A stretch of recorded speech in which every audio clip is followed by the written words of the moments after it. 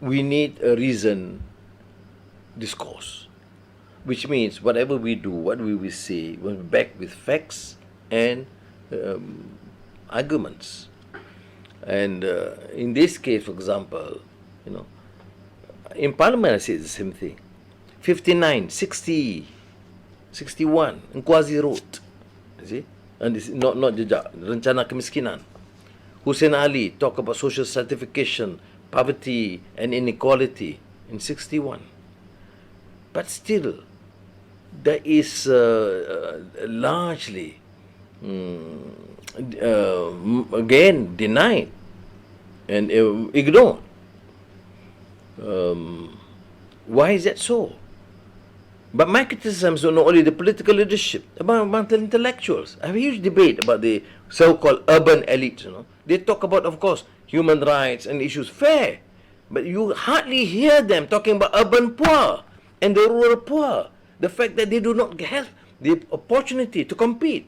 You talk about justice. Where is the justice when you don't allow people to give to compete on a level playing field? You talk about meritocracy, fair. Okay, you give them equal opportunities and let them compete.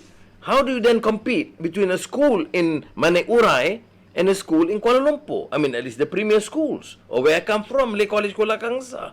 You can't. Therefore, justice, I mean, I believe student leaders could discuss this further.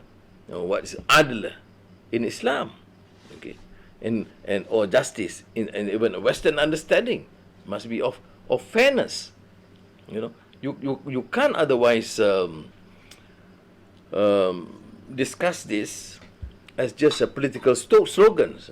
And that's why, to me, as student leaders, although I would say that they're welcome to join keadilan, but to my mind, what's more important is they, as student leaders, they should not have this cult personality, or this obsession with leaders until you can't question. It's just voila, whatever the leader says, you must follow. I mean, that's not the tradition of scholarship that we're talking about.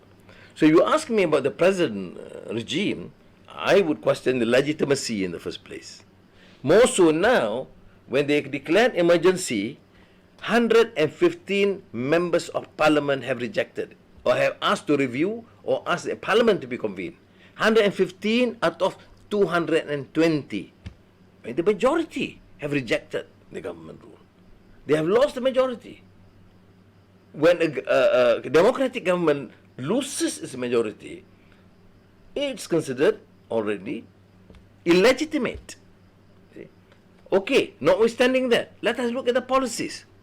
What is the educational policy? You look, I was in Port Dickson last weekend. You talk about online learning. You talk about, for the last 1 year, buying computers or tablets for students is not forthcoming, and now they say it's on loan. So we had to raise money, ask the private sector and collect funds to buy tablets for the poor. So what's happening now in education, in health, in economy, with graduate unemployment, young graduates, 60, 70,000 just unemployed, and unemployment which has gone to 800,000 on record, I'm sure much more, then there's going to be abject poverty, increasing numbers of the poor, and growing disparity and inequality. You don't need to read Thomas Piketty to understand what inequality is, because there is enough literature, even by our scholars, talking about this. I'm not suggesting you shouldn't read Piketty. You must. I mean, I have the book here, in case somebody wants to borrow. But my point is this. When you have a crisis, pandemic, COVID-19, and as a result, economic downturn, then you must have bold programs to address this issue. You can't be talking about no tender, commissions, more ministers, more allowance for them. I mean, this is ridiculous. You don't have the habits of the heart and concern for the welfare of the people. And this, to my mind, is disturbing. So, of course, I say this also Anwar's opposition leaders, political, but you challenge these facts. Why did we oppose the Belanjawan, the budget, last year? Because they claim that the budget is COVID-19 budget. But in reality, no. They create huge political posts by the hundreds of millions of ringgit for political posts, for political positions. When people are struggling even to eat and live. I see I'm getting angry and passionate about this subject. Why? Ungku Aziz told me since 1961 about the plight of the rural poor. And who are we to blame? And therefore, students must take up these issues.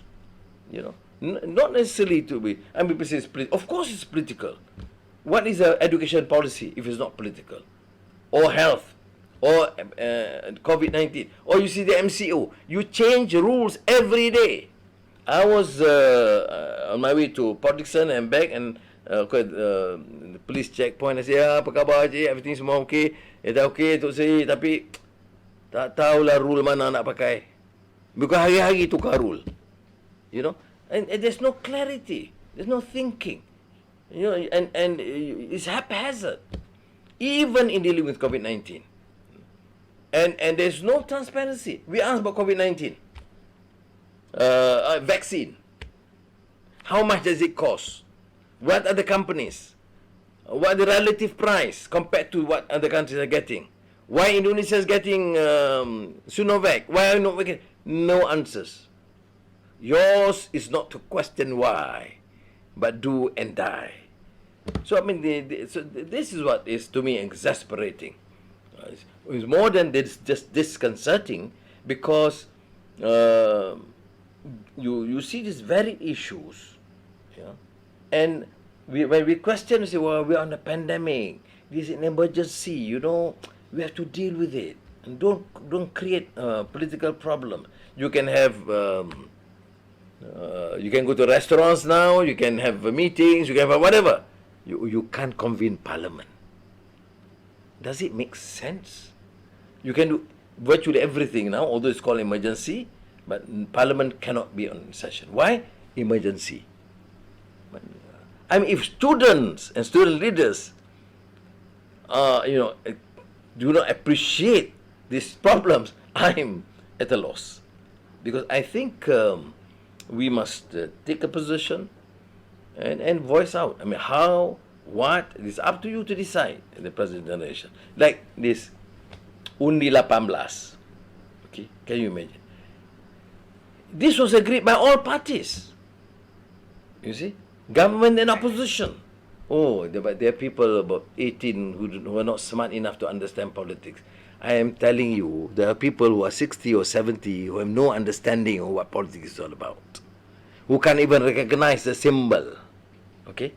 Then why then you deny the younger guys the right to vote, and giving this argument they do not understand? I rest my case.